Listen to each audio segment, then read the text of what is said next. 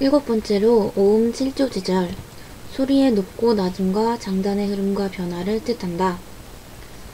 짐새가 몇 번의 끝을 맞이할 때 마고가 이희를 낳았습니다. 이들에게 오음 7조 지절을 맡아보게 하였습니다. 두 딸을 생산한 때가 마고가 지구에 나타나기 전인지 후인지는 확실하지 않지만 어떤 역할을 부여했다는 점에서 지구 생명의 탄생과 관련이 있습니다. 오음 7조 지절은 음악적인 상징적 표현으로서 만물을 창조하는 의지와 노력입니다. 우주 만물을 창조하는 근원적인 힘은 음에서 나옵니다. 음은 소리이자 파동입니다. 음은 율려에 의해 구체적인 힘으로 작용합니다. 율려는 율과 열을 합친 것으로 율은 이치이자 원리이며 려는 파동 에너지 그 자체입니다. 율려는 우주를 이루는 근본적인 힘이자 항성과 행성 등을 만드는 거대한 힘입니다. 율려는 스스로 생성과 소멸을 반복하며 우주에서부터 작은 돌멩이에 이르기까지 그 기운이 미치지 않는 곳이 없습니다. 어느 곳이든 어떤 것이든 그 작용에 의한 것이므로 율려를 팔려지음이라고 합니다. 앞에서 밝은 태양빛만 비추고 제대로 된 형상이 아무것도 없을 때 하늘에서 팔려지음이 들려왔다. 마고와 마고성, 허달성, 실달성이 모두 여기에서 비롯되었다 라고 하였습니다. 형광펜 중에 하나의 색깔인데 앞뒤로는 두꺼운 펜과 얇은 펜이 양쪽으로 달린 것이 있습니다. 종이 위에 나오는 형광 잉크의 두께만 다를 뿐 재료와 색깔은 동일합니다. 율려와 팔려지음도 이와 마찬가지입니다.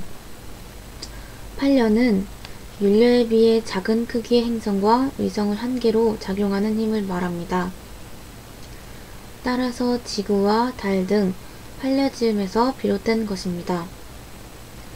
위에서 화일난조 무유구상, 유유 팔려지음 자천문례가 있었고 또 짐새 이전 즉 밀려기봉 성진이연이라는 말이 나왔습니다.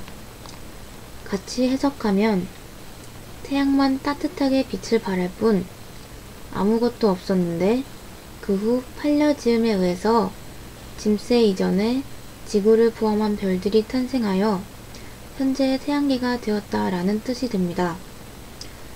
이 내용이 태양계 전체의 상황이 아니라 마고가 지구에 나타난 후에 지구를 중심으로 한 상황을 표현한 것인지는 확실하지 않지만 그 구별은 중요하지 않습니다.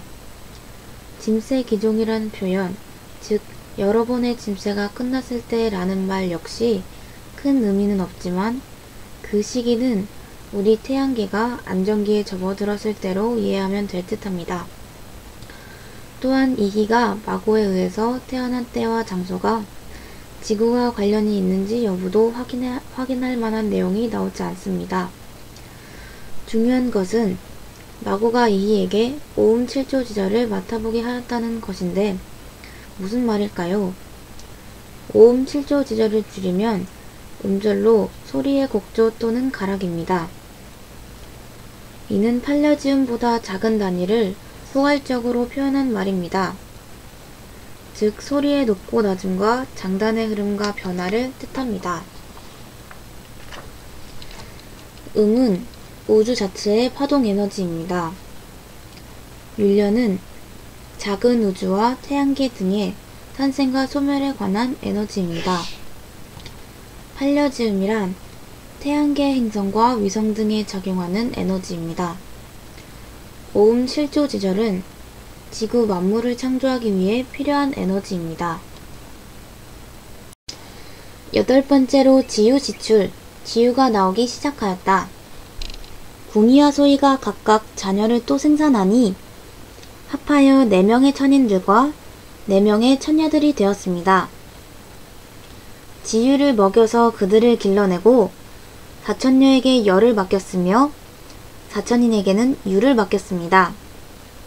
마고와 이희가 무엇을 먹고 살았는지는 모르지만 사천인 사천녀를 포함한 이후 모든 인류는 마고 대성에서 지유를 먹고 살게 됩니다.